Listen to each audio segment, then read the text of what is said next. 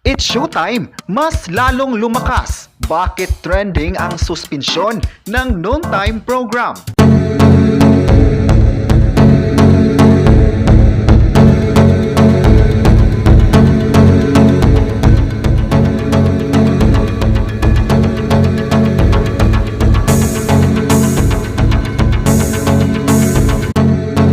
September 12, 2023, pinag-usapan pa rin online ang suspensyon ng It's Showtime mula sa pamunuan ng MTRCB. Ito ay nangyari matapos naglabas sila ng official statement.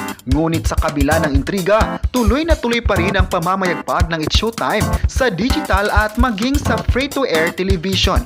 Patuloy itong napapanood at nakakakuha ng maraming viewership. Isa sa nagpapasigla ng noon time program ay ang suporta ng madlang people sa paboritong kapamilya program. Maalalang marami talaga ang pabor sa It's Showtime at sinabing wala silang pagkakamali sa nakaraang segment ng programa. Ayon pa ng netizens, wala silang nakikitang mali at ang nasabing segment raw ay good vibes lang ang ibinigay nito. Kilala ang It's Showtime sa kapamilya noon time program na nagpapasaya sa mga viewers at audience sa TV. Hindi maitatanggi na marami talaga sa mga tao ang loyal at supporters sa programa. Una nang inihayag ni Suzette Doc Tolero na suriin muna ang desisyon sa pagpataw ng suspensyon sa noon time program. Sinunda naman ito ng UP Department na nagsasabing pabor silang pababain sa trono ang MTRCB Chairperson Lala Soto. Ayon pa nila, nadismaya sila sa desisyon ng MTRCB. Sinunda naman ito ni Eugenio Villarreal na nagsabing sana suriin muna ang desisyon na gagawin. Naniniwala din siya na magiging okay din ang lahat. Marami pa ang nagbigay ng pahayag tungkol sa suspensyon sa longest running noon time program ng ABS-CBN na It's Showtime.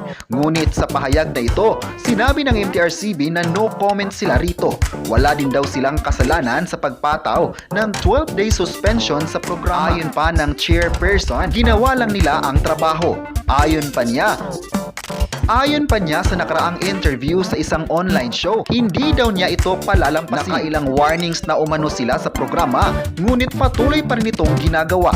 Pero ayon naman sa inilabas na official statement ng MTRCB, isa si Lala Soto sa nag-inhibit sa desisyon na patawan ng 12-day suspension ng naturang programa. Kanya-kanya na talaga ang netizens sa komento at nagbigay ng reaksyon tungkol dito. Umaasa naman ang netizens na magiging okay din ang lahat. Excited naman ang mga kapamilya sa bagong pasabog pa ng ABS-CBN's It's Showtime na paborito ng mga Pinoy.